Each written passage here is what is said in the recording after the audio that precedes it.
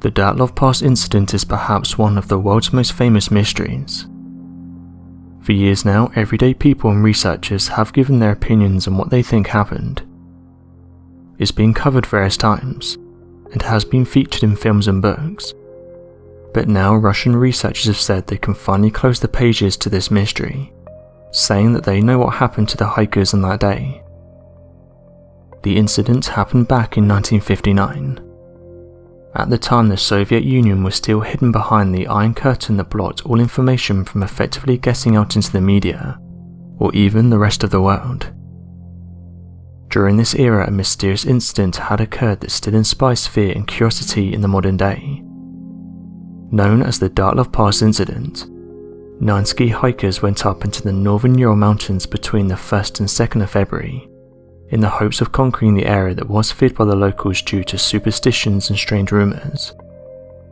These hikers would hope that in exploring the region that would put to rest any worries the locals had, and hope that by doing this it would pave the way for new hikers to visit the area and enjoy the scenic beauty of the region. Unfortunately, this decision would lead to the deaths of 9 highly trained and experienced hikers, and would solidify the superstitiousness of the area. On the 26th of February, a rescue team had discovered the group's abandoned and badly damaged tent that had been established on the slopes. The sight seemed perplexing as it became apparent that the tent was cut open from the inside, as if the group had begun panicking and cut through the tent in an effort to get away from something that was attacking them.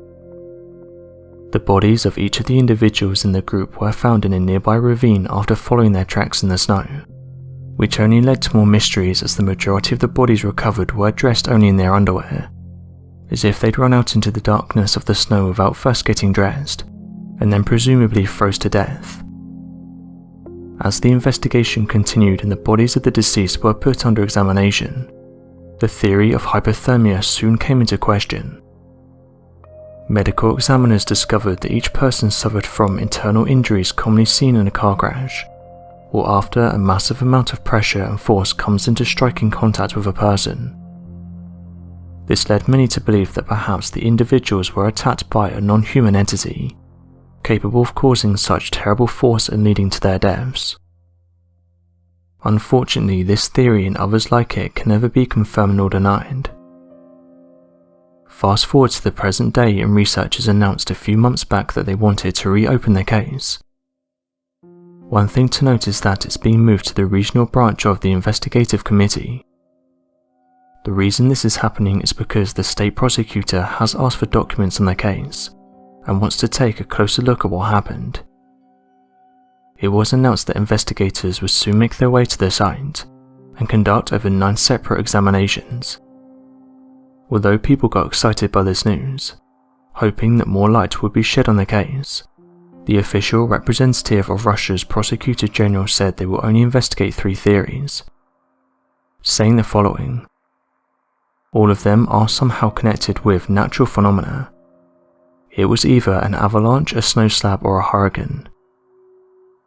These Russian researchers have said that the official explanation is that these hikers lost their lives to an avalanche. One of the lead researchers backed up this theory, and said the group's tent was ripped apart by a strong avalanche. The group then managed to get out of the tent, ripping it from the inside, and were able to run to a ridge, and shield themselves from the majority of the snow.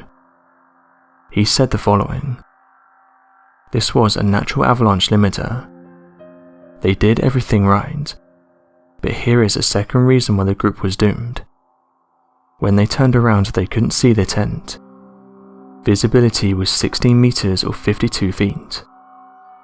After this, it's reported that the group tried to light a fire and search for the tent, but it seemingly vanished. However, in reality it showed it would have been underneath the snow. They lit a fire and then searched for their tent, but it had vanished in the snow after the avalanche, and they froze to death in temperatures between -40 and -45. He ended by saying the following: it was a heroic fight. There was no panic, but they had no chance in these circumstances.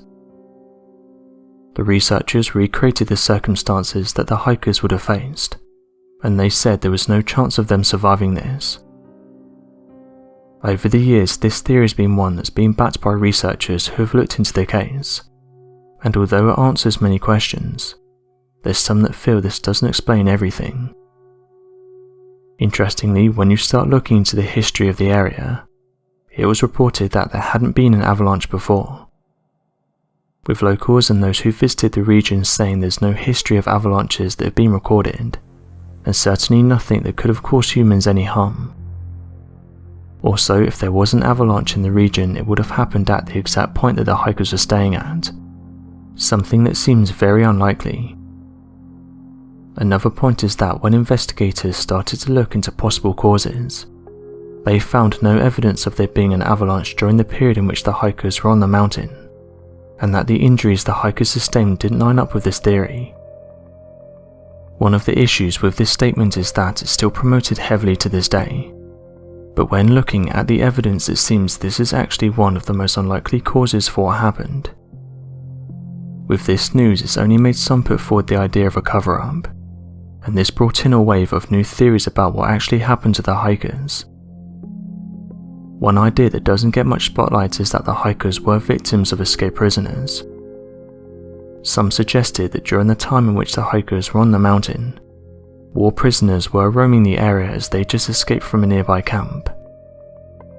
These prisoners could have confronted the hikers, or been accidentally discovered by them, and in a moment of panic lashed out.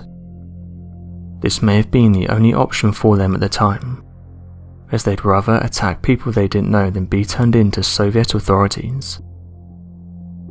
One theory that isn't supported by mainstream researchers is that of the Yeti theory.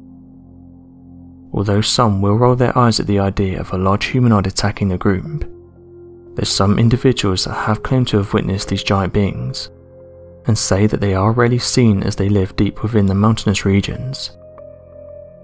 Considering the fact the myths of Yeti-like creatures were known to exist all throughout the region, with beliefs that these creatures were capable of performing superhuman acts of strength, this led many to believe that perhaps the group was attacked by a Yeti, and their remains, injuries and crime scene was evidence of this attack. There is a famous photograph that was recovered from Nikolai Sbrigloni's camera. Although some have deemed this photograph as fake, it is in fact genuine and was taken during their stay on the mountain. It's become known as Frame 17, and in the photo we can see what appears to be a large figure looking towards the hikers. This has only fueled theories that there was perhaps a mythical creature sharing the mountain with them during their stay, and that it could be behind the injuries the hikers sustained. Others have suggested though that it could have been one of the other members of the group, and Nikolai was just snapping a picture for the memory book. Not surprisingly though, scientists and researchers are not on board with this theory, and have said that the deaths of these hikers had nothing to do with the paranormal, or other out there theories. As of today it seems that many can't agree on what happened to the hikers during their last few hours. Modern researchers are sticking to the avalanche theory, saying that this explains everything what happened during those crucial hours, whereas amateur researchers have claimed to have found holes in this theory. Whatever happened to them still remains a mystery for some, with cover-ups being put forward and possible evidence being tampered with.